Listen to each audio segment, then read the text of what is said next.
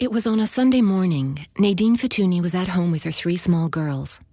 After breakfast, she sat down in her living room with a cup of tea, her kids around her, her infant daughter Lana beside her on the floor. Before Nadine could see it happen, Lana grabbed the mug and pulled it over on herself.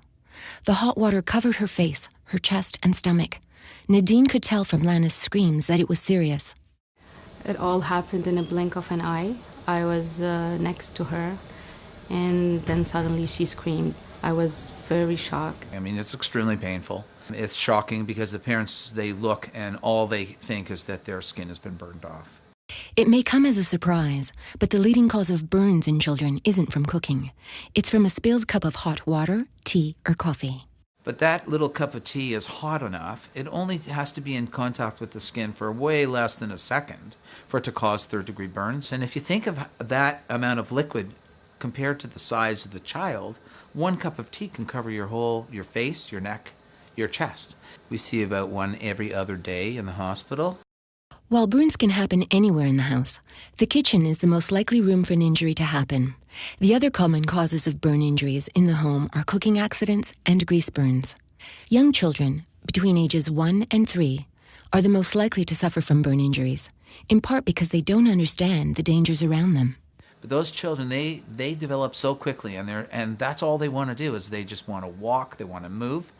They see the steam or they see something colorful or new put on the table. That's a huge attraction for them. I think that what you're going to find is over the next number of months, these red areas, you're still going to see those. Gradually they'll fade, but it takes months. Okay. Their skin is very thin. And so little baby's skin, it's very sensitive. And so the same amount of temperature can cause a lot of damage. Fortunately, there are simple measures a family can take to reduce the risk of burn injuries. First, put hot liquids in a travel mug with a secure lid. Parents should test the mug prior to use by filling the mug with water and turning it over to ensure that the lid doesn't come off when dropped or spilled. This alone can reduce the risk of a scald burn. Second, use the back burner of the stove for cooking.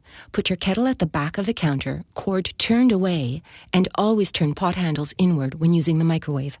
By doing this, parents can reduce the chance that their child will reach and pull pots down onto themselves. These 2 measures in and of themselves, it would have a huge impact. The cruel outcome in the world that I work is that most of the burns that happen in a moment, and they last a lifetime.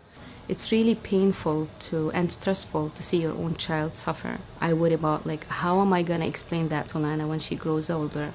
The feeling of guilt kills me from inside, and I actually don't want other people to pass through what we as a family have passed through during the past couple of months.